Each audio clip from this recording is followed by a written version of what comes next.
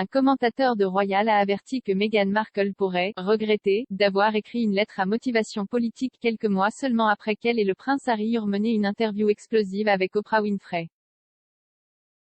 L'Observateur royal a affirmé que la puissante lettre au Congrès montrait que la « fracture » royale entre les Sussex et la firme n'était pas encore guérie. La lettre de Madame Markle appelait la présidente Nancy Pelosi et le chef Charles Schumer à allouer des congés payés aux mères qui travaillent. Réagissant à la lettre, le commentateur royal Richard Fitzwilliams a déclaré à Express.co.uk « Ce sera fascinant de voir quelle sera la réponse du public et peut-être des politiciens à cette lettre. Son plaidoyer a peut-être raison, elle a toujours été éloquente et militante depuis l'âge de 11 ans. Cependant, elle est qui elle est parce qu'elle est membre de la famille royale. Le fossé entre les Sussex et la famille royale ne semble pas avoir été guéri et l'interview d'Oprah a beaucoup nui à l'image de la famille royale. Son contenu était controversé et les Sussex ont fait des affirmations fausses. Notamment, Madame Markle a choisi d'utiliser son titre de duchesse de Sussex pour signer la lettre.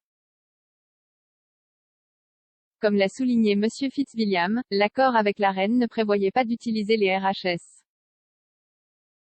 Lorsque le duc et la duchesse se sont retirés de leurs fonctions royales l'année dernière, il a été convenu que le couple conserverait leurs titres mais ne serait pas autorisé à les utiliser quotidiennement, car ils ne sont plus des membres actifs de la famille royale.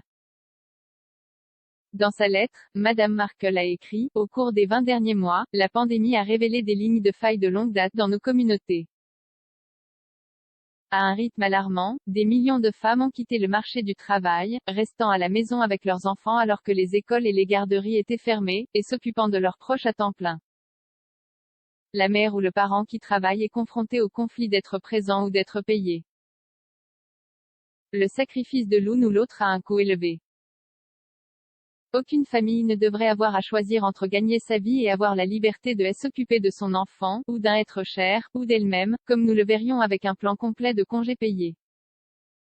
Ce geste ouvertement politique n'est pas non plus la première fois que le duc et la duchesse de Sussex entrent dans la sphère politique. Lors des élections présidentielles américaines de novembre dernier, le duc et la duchesse ont exhorté les Américains à voter. Mais Monsieur Fitzwilliam s'est demandé si la duchesse aurait ou non un avenir dans la politique américaine. Il a déclaré « Je me demande ce que les sondages montreraient aux États-Unis pour savoir si le public pense que Meghan a un avenir politique. Elle avait les meilleurs contacts et veut une image bienveillante comme cela le montre, mais je pensais que l'interview sur Oprah était impitoyablement mise en scène. Elle finira peut-être par le regretter, mais le temps nous le dira et révélera également le futur rôle de Harry. Je soupçonne qu'ils ont très peu à gagner à de nouvelles attaques contre la monarchie si elle veut entrer en politique, comme cela a longtemps été spéculé.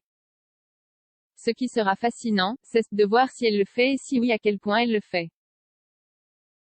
La lettre de Meghan intervient après qu'il a été révélé que le duc et la duchesse prenaient 5 mois de congé après la naissance de leur fille Lilibet.